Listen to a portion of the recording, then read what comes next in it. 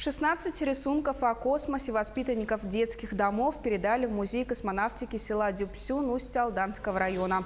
Работы уже побывали на выставке в Московском авиационном институте и стали победителями конкурса рисунков «Мой космос». Поддержку в участии оказала доцент Московского института Саргалана Захарова. Она же организовала приезд и встречу Героя России, космонавта Романа Романенко с учениками школы-интерната для детей-сирот.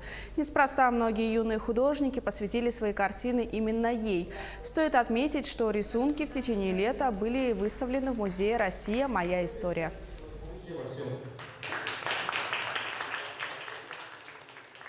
Я нарисовала про космонавтику Саргалану Егоровну, как она мечтает о космосе. Ракеты, космос, и там девушка стоит, она... Эта акция у нас не завершается.